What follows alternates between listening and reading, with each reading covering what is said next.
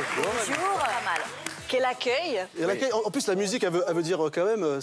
Je vais vivre avec toi, je vais être avec toi. Exactement. Quel accueil. Oui. Je vais aussi être avec vous tous. Vous êtes d'Espagne. Je suis née à Barcelone. À Barcelone, vous êtes catalane, donc. Je suis catalane. Très bien. Je suis espagnole. Eh bien, vous avez le droit d'être là. Et on est ravis de vous accueillir, Vanessa. Allez, on termine avec...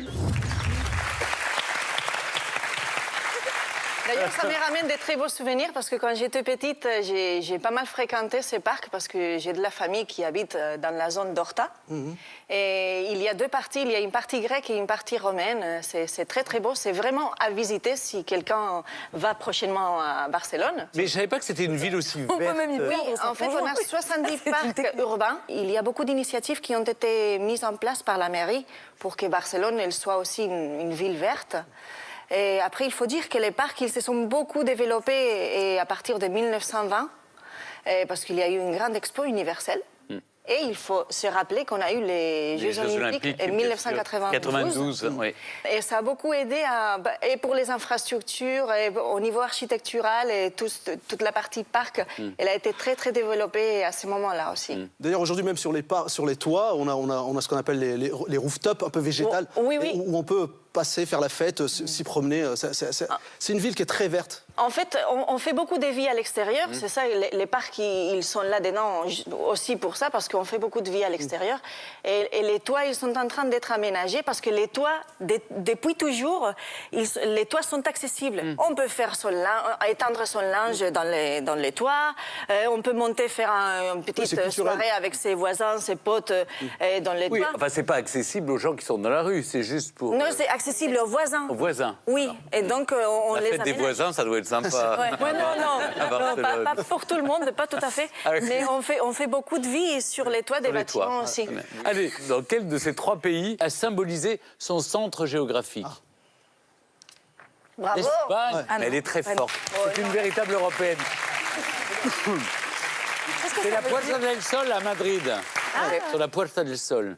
Et oui, cette place est incroyable en plus. Oui, c'est la Puerta del Sol et c'est au XVIe siècle que Philippe II il a dit ici, ça sera le centre de la ville parce que c'est le lieu qui est équidistant de toutes les côtes du pays.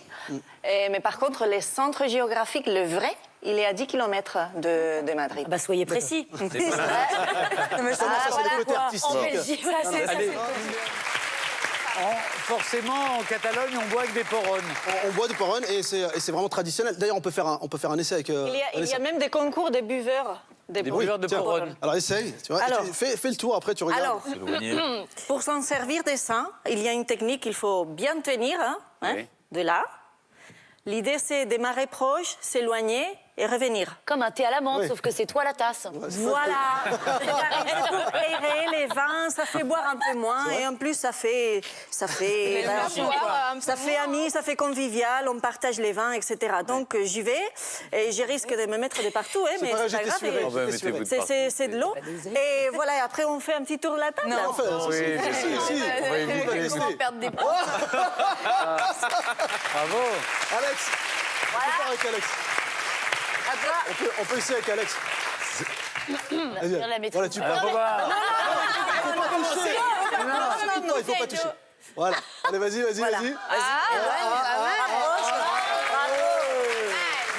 Bravo. Vanessa, c'est seulement en Catalogne ou c'est dans toute l'Espagne? Alors, c'est une tradition catalane qui date du XVIIIe siècle. Les paysans se réunissaient les week-ends ou quand ils ne travaillaient pas pour faire ce genre d'activité. C'est pas parce que vous avez perdu votre chat en haut de l'arbre et qu'il faut aller le rechercher, non, pas tout à fait. Et du coup, c'est devenu vraiment une tradition, ça fait partie de notre culture, ça véhicule des valeurs... d'entraide, de solidité, de solidarité entre les quatre gens. valeurs que ça véhicule, c'est la force, l'équilibre, le courage et le bon sens. C'est évidemment des valeurs qui sont... Tu le racontes tellement bien que même moi, je vais voter pour toi. Là, j'avoue que Allez. Et n'oubliez pas, l'Europe, c'est l'union dans la diversité. Oui, bon baiser à toute l'Europe. Bon baiser d'Europe. À la semaine prochaine, merci à tous.